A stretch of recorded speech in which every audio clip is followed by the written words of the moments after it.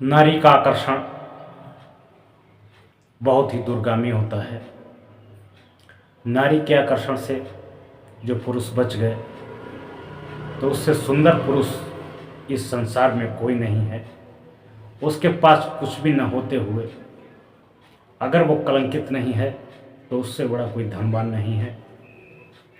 नारी के अंदर पुरुष से 2 गुना ज़्यादा भूख होती है, पुरुष से 4 गुना ज़्यादा उसके पास लज्जा होती है और पुरुष की अपेक्षा 8 गुना उसके पास कामुकता होती है। इन सब बातों को जानने के बाद भी अगर आपको लगता है कि आप नारी के विषय में जान गए, तब भी आप नारी के विषय में अनभिज्ञ हैं, क्योंकि नारी का तिर्या चरित्र स्वयं भगवान तक नहीं जान पाए तो तुम तो मामूली इंसान हो। इसलिए अपने अपने घर की नारियों और महिलाओं को हमेशा नियम संयम में रखो, ज़्यादा फैशन और फैशन में मत रखो, ज़्यादा दूसरों की संगत मत रखो, ज़्यादा किसी के घर में आना जाना बंद करो, अपने घर में भी किसी को ज़्यादा न बुलाओ, नहीं तो कभी भी चरित्र में कलंक लग सकता है। और कलंकित पुरुष हो या महिला हो, समाज में उनका कोई अस्तित्व नहीं होता है। उसी प्रकार से जैसे गंदे कपड़े को कोई देखना भी नहीं चाहता है और साफ़ सुथरे छोटे से रुमाल के कपड़े को हर आदमी अपने जेब में लेके घूमता है और जहाँ जरूरत पड़ती है तहाँ उससे मुंह साफ करता है। इसी प्रकार से अपने चरित्र को इतना साफ सुंदर बनाइए कि हर कोई आपके चरित्र के आकर्षण में ललायित हो कि एक बार इस व्यक्ति से मुलाकात हो जाए तो मेरा जीवन धन्य हो। उसका बचपन से ही कार्य था लोगों की चोरी करना, लोगों की वस्तुओं की चोरी करना, लोगों की धन की चोरी करना, लोगों के कीमती सामान को चोरी करना। चोरी करना धीरे धीरे उसका पेशा बन गया था। चोरी उसने अपने जीवन का व्यवसाय बना लिया था और छोटी छोटी चोरियां करता था। एक दिन उसके मन में विचार हुआ कि चोरी करना पाप है, चोरी करना जुर्म है। अगर मुझे चोरी ही करनी है तो क्यों ना बड़ी बड़ी चोरी करूं, छोटी चोरी करने से कोई फ़ायदा नहीं, बड़ी चोरी करके देखते हैं।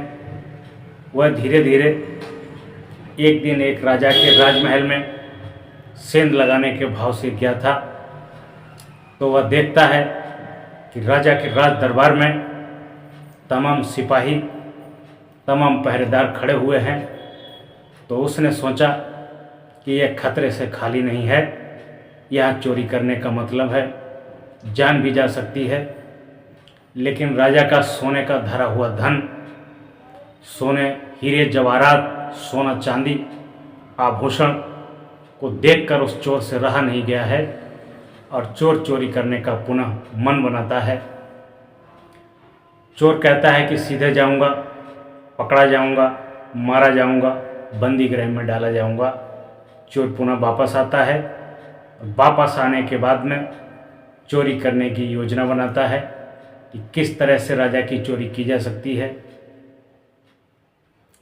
चोर भी बहुत चालाक होता है, समझदार होता है। चोर जितनी बुद्धि चोरी करने में लगाता है, अगर उतनी बुद्धि सही कार्य में लगा दे तो उसका कल्याण उस चोरी से ज़्यादा हो सकता है और वह हमेशा प्रसन्न और खुश रह सकता है। लेकिन चोरी गंदी भावना से कितना भी रुपया पैसा धन चुरा लिया जाए और कितना भी हो जाए, लेकिन उसका मन सदैव चिंता और टेंशन में रहता है, जिसके कारण चोर को कभी सुख शांति नहीं मिलती है, हमेशा दुखी ही रहता है। चोर राजमहल से वापस आता है, राजा के वस्त्र धारण करता है। वस्त्र धारण करने में उसे लगता है कि अगर राजा के वस्त्र पहन करके खजाने में जाऊंगा तो शायद पहरेदार हट जाएंगे और वहाँ से धन को चुरा लिया जाएगा। वह राजा के कमरे में जाता है और देखता है कि राजा किस तरह की पोशाक पहने हैं। उस प्रकार की पोशाक अगर बनवा लेगा तो वो राजा लगेगा और उसके सिपाही उसको नहीं पहचान पाएंगे और वह आसानी से चोरी कर लेगा। राजा के महल में देखता है कि राजा और रानी दोनों सिंहासन पर लेटे हुए होते हैं और वो राजा को पहचान लेता है कि किस तरह की इसकी पोशाक है और मुझे भी ऐसी पोशाक बनानी चाहिए। कुछ देर के बाद पुनः हो जाता है कि राजा की कोई दूसरी पोशाक चुरा ली जाए, क्यों मनमाने का झंझटे ख़त्म हो जाए। तो वह देखता है कि राजा अपने बिस्तर से गायब है, रानी लेटी हुई है और रानी के साथ में कोई दूसरा सिपाही सैनिक लेटा हुआ है। चोर इस चीज़ को देख करके आश्चर्यचकित हो जाता है, घबरा जाता है कि ये क्या हो रहा है। जैसे चोर पीछे हटता है वैसे ही चोर की धक्का मुक्की से गिलास टूट जाता है और रानी खट से बाहर निकल के आती है, चोर को पकड़ लेती है और चोर से कहती है कि तूने मेरा सारा राज जान लिया है, इसलिए मैं तुझे जिंदा नहीं छोड़ूंगी। चोर हाथ जोड़ता है, विनती करता है कि मेरे चोरी करने से मेरा परिवार पलता है, मेरे परिवार में एक पत्नी और 5 बच्चे भी हैं, कृपया करके एक बार मुझे छोड़ दीजिए। रानी विषय वासना में इतनी मुक्त होती है, वो चोर को ऑफर देती है कि तुम मेरे साथ व्यभिचार करोगे, दुराचार करोगे, तभी हम तुमको छोड़ेंगे, अन्यथा हम तुमको नहीं छोड़ेंगे। चोर समझदारी से काम लेता है, कहता है कि मैं चोर हूँ, मेरा समाज में कोई वजूद नहीं है।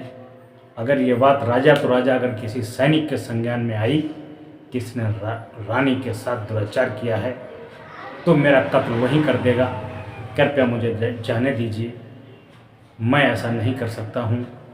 रानी कहती है कि तुमको मृत्युदंड दिया जाएगा, अभी तुम्हारा सर कलम कर दिया जाएगा। चोर कहता है कि एक मौका दीजिए, मैं पेशाब के लिए जा रहा हूँ, उसके बाद में जैसा आप कहेंगे वैसा आपके साथ करने के लिए तैयार हूँ। चोर बाथरूम की तरफ बढ़ता है, पेशाब के बहाने वहाँ से भाग लेता है। भागने के बाद में आगे का सैनिक पकड़ लेता है, सैनिक पकड़ता है, पुनः वो वापस आता है और रानी से कहता है कि राजा साहब से मुझे इतना डर है कि वो कभी भी मुझको मार सकते हैं। आप अगर राजा को मार सको तो मैं आपके साथ भोग विलास व्यभिचार करने के लिए तैयार हूँ। रानी तुरंत राजा का सर कलम कर देती है और चोर से कहती है कि देखो, मैंने तुम्हारे कहने से राजा को मार दिया, तुम्हारे डर को मार दिया, अब किस बात की चिंता है। हवस में कोई स्त्री इतना अंधी हो सकती है कि अपने राजा को भी मार सकती है, अपने पति को भी मार सकती है। वह चोर डर के मारे भाग जाता है। उसको रास्ते में द्वार पर खड़ा एक सिपाही पकड़ लेता है, कहता है कि कहाँ भागे जा रहे हो, चोर हो। तो वो कहता है कि मैं चोर हूँ।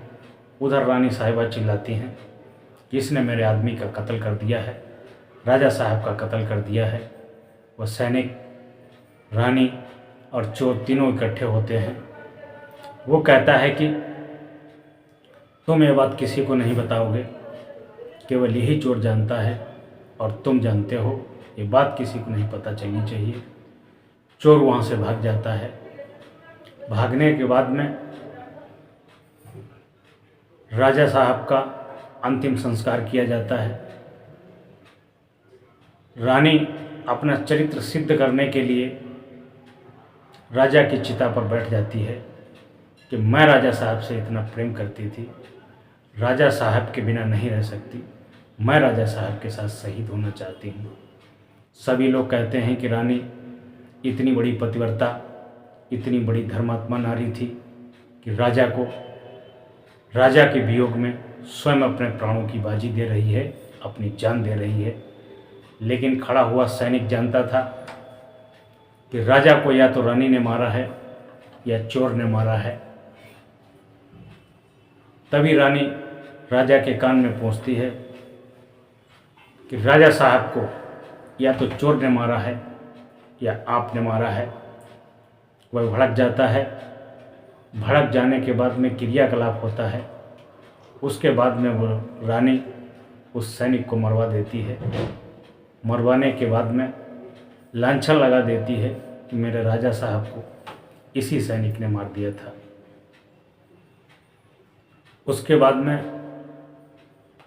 वो चोर जानता था कि किस प्रकार से रानी ने अपने पति को मारा है। रानी राजा की चिता पर बैठ के आत्मदाह के लिए तैयार हो जाती है, सती सावित्री करने का ढोंग रचती है। तभी वही सिपाही पूछता है कि राजा को या तो रानी ने मारा है या उस चोर ने मारा है। वह जाती है राजा साहब के पास में, उनकी अर्थी पर बैठी हुई रानी से पूछता है कि या तो राजा साहब को उस चोर ने मारा है या आपने मारा है, दूसरा कोई व्यक्ति हो ही नहीं सकता है। रानी का चरित्र सबके सामने आ जाता। रानी ने उस राजा को, उस चोर को मरवा देती है, जिससे उसके राज खत्म हो जाए और वो एक पतिव्रता नारी कहलाने योग्य रह जाए। ये राज ही रह जाता है। वो सैनिक परेशान होता है, सैनिक को इसका हल नहीं मिलता है। वो जा कर के एक आश्रम में एक बूढ़ी माँ के पास, साध्वी के पास जाता है और उनसे पूछता है कि माँ, ऐसी ऐसी घटना हुई है, इसमें क्या सच्चाई हो सकती है? राजा साहब को किसने मारा? चोर ने मारा या रानी ने मारा? वो बूढ़ी साध्वी कहती है, ये बकरा बंधा हुआ है, तुम इसकी गर्दन काट दो। काटने के बाद में वो गर्दन उड़ती हुई जाएगी और तुम उसके कान पकड़ लेना, वह तुम्हें वहाँ पहुँचा देगी जहाँ पर तुम्हें इस प्रश्न का उत्तर मिल जाएगा। वो सिपाही एक ऐसी जगह जाता है जहाँ पर भूत प्रेतों का डेरा होता है और जो सबसे शक्तिशाली महिला थी वो बहुत ही भयानक और बहुत ही रूपवती भी थी। ये उससे सवाल जवाब करते हैं, करने के बाद में जो उस पर मदमुक्त हो जाते हैं, उसके डर से, उसके व्यवहार से वहाँ से पुनः भाग आते हैं। इनको सवाल का जवाब नहीं मिलता है।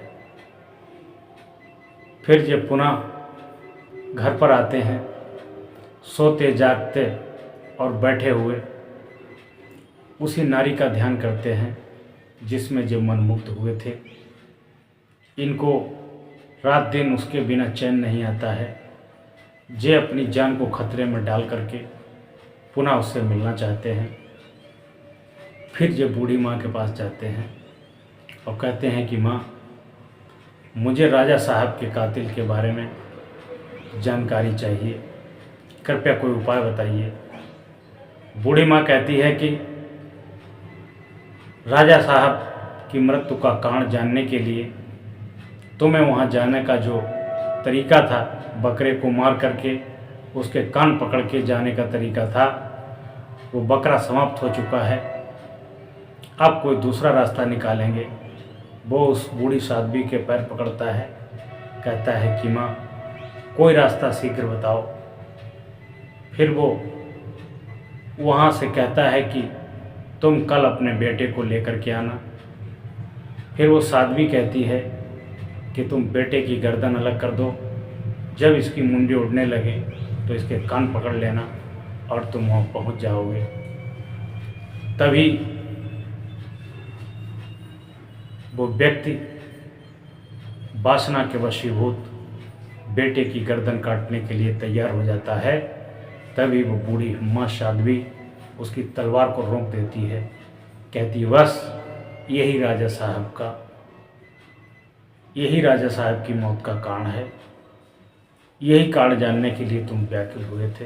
अब तुम्हें कारण पता लग गया है। राजा को न चोर ने मारा था, न रानी ने मारा था, राजा को विषय वासना ने मारा था। जिस प्रकार से तुम उस चुड़ैल के जाल में फंस करके मोहित हो गए हो, अंधे हो गए हो, उससे मिलने के लिए तुम अपने बेटे का भी सर कलम करने जा रहे थे। इसी विषय वासना ने राजा को मरवा दिया था। विषय वासना इतनी गंदी इतनी हद तक जा सकती है कि उसका परिणाम कोई सोच भी नहीं सकता है, कोई जान भी नहीं सकता है। इसलिए 3 लोगों से सदैव दूरी बना कर रखना। जो वासना का कीड़ा है उससे दूरी बना कर रखना। जो लोभी लालची हैं, वो चाहे धन का लोभी हो, किसी प्रकार का लोभी हो, उस लोभी से भी दूर रहना। और दुराचारी व्यभिचारी, जिसकी कोई बात में दम ना हो, उससे भी दूर रहना। ये 3 प्रकार के व्यक्ति किसी के सगे नहीं होते हैं। इन्हें मौका मिलते ही तुलसीदास की पत्नी उसी को मेट देते हैं। रत्नावली जो बहुत ही रूपवान थी, बहुत ही सुंदर थी, उसके रूप सौंदर्य को देखकर तुलसीदास इतना मोहित हो गए थे, इतना मुग्ध हो गए थे, इतने उसके रूप सौंदर्य के आकर्षण में पागल हो गए थे, मंजनू से कम नहीं थे। हर समय अपनी पत्नी को देखते ही रहते थे और कभी नहीं चाहते थे कि उनकी पत्नी उनकी आंखों से दूर हो जाए। नया नया विवाह हुआ था। हर एक स्त्री, हर एक की पत्नी श्रावण के महीने में अपने मैके अवश्य जाती है। तुलसीदास का इतना अटूट प्रेम पत्नी को 1 मिनट के लिए अपने से जुदा नहीं देखना चाहते थे, जुदा नहीं देखना चाहते थे। पत्नी के प्रेम में इतना पागल व्यक्ति, पत्नी 1 दिन के लिए मायके जाती है, मायके में जाने के बाद में पूरी रात करवट बदलते हैं, उनको बिना पत्नी के नींद नहीं आती है।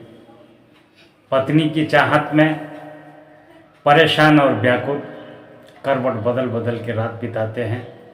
सावन की घनघोर घटा, सावन की घनघोर रात, सावन की घनघोर बारिश, चारों तरफ अंधकार ही अंधकार। लेकिन पत्नी का वियोग, पत्नी का प्रेम उन्हें बैठने नहीं देता है और वो ससुराल के लिए चलने का मन बना लेते हैं और चल देते हैं।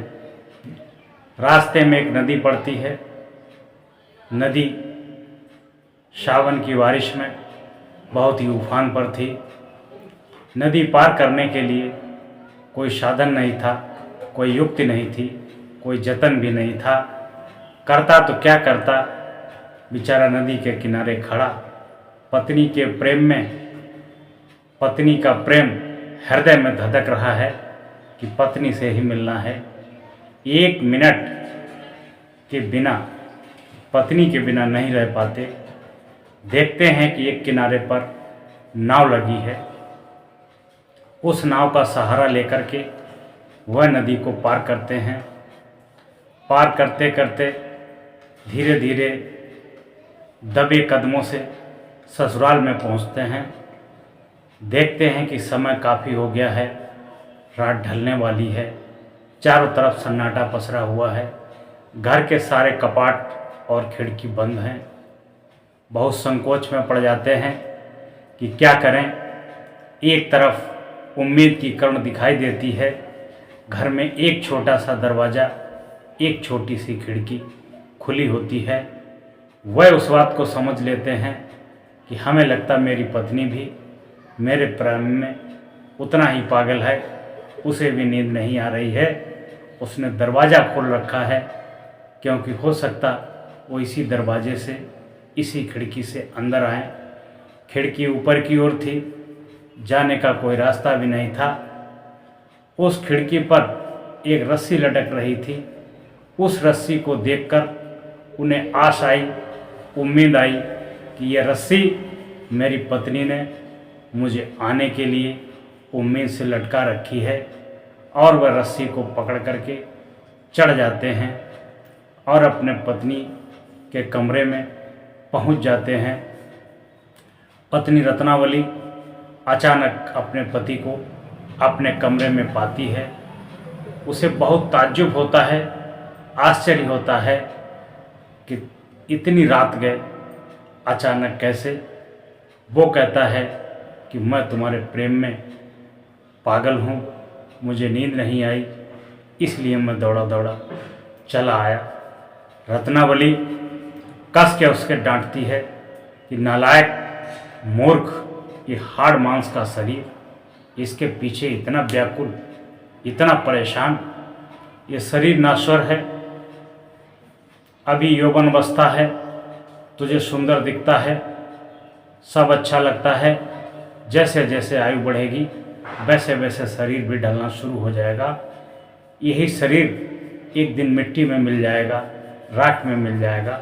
अगर तुझे वास्तव में प्रेम करना है तो श्री हरि के चरणों में ध्यान लगा दे, राम के चरणों में ध्यान लगा दे, ईश्वर के चरणों में ध्यान लगा दे।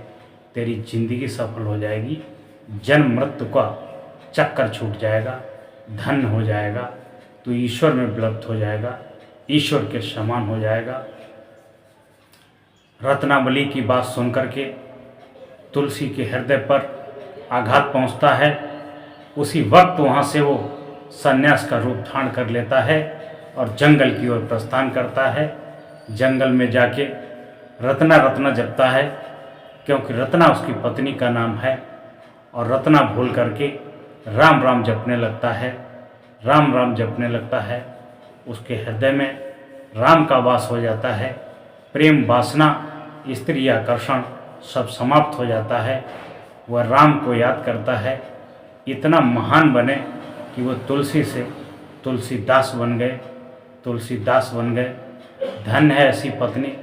आज के युग में अगर कोई ऐसी पत्नी होती कि रात को 12 बजे 2 बजे आदमी मिलने जाता, कहता कि तुम्हारे बिना नींद नहीं आती है, तुम्हारे बिना घर में अच्छा नहीं लगता है, तो वो पत्नी सोचती पता नहीं कितने जन्मों के पुण्य किए होंगे, तब जाके ऐसा पति मिला, ऐसा प्रेम करने वाला मिला। लेकिन रत्नावली कोई साधारण महिला नहीं थी, वह भी एक देव स्वरूपा महिला थी, लक्ष्मी स्वरूपा महिला थी, जिसने पति की जीवन को बदल कर रख दिया। ऐसा नहीं है कि सब पत्नियां बुद्धिमान हों, ऐसा भी नहीं है कि सब बुद्धिमान ना हों। किसी किसी की पत्नी अपने पति से भी बुद्धिमान होती है, अपने घर का कायाकल्प पलट कर रख देती है। धन्य है ऐसी महिला को। आज के इस कलयुग में भी लोग पति अपनी पत्नियों से इतना प्रेम करते हैं कि चाहे मारो चाहे काटो, कुछ भी करो, लेकिन मुझे छोड़ कर ना जाओ। किसी किसी की पत्नी दुराचार, व्यभिचार, भ्रष्टाचार में इतनी लिप्त हो गई है, उसे एक पति में मज़ा नहीं आया, वो दूसरा पति करने की सोचती है। पति चिंतित रहता है और परेशान रहता है, गंडा तवीज लौंग भभूत करवाता है, घुटने रगड़ता है, मत्था रगड़ता है कि मान जाओ, मुझे छोड़कर मत जाओ, नहीं तो हम मर जाएंगे। पत्नी भी इतनी चंडाल है, वह कहती कि नहीं, हमने मन बना लिया है, मुझे तुम्हारे पास रहना नहीं है, मुझे अब दूसरे के पास रहना है, दूसरे की पत्नी बनना है। मन को बस में रखो, इंद्रिय को बस में रखो, मन को कंट्रोल रखो। अगर मन संभल जाए तो इससे बड़ा कोई मित्र नहीं है, अगर मन बिगड़ जाए तो इससे बड़ा कोई शत्रु नहीं है। किसी दूसरे पुरुष में, किसी दूसरी स्त्री में कुछ नहीं है, सब में वही सब है जो प्रत्येक में है। जिसने संतोष कर लिया उसका जीवन धन्य हो गया, जो संतोष नहीं कर पाए उसका जीवन दुखी हो गया।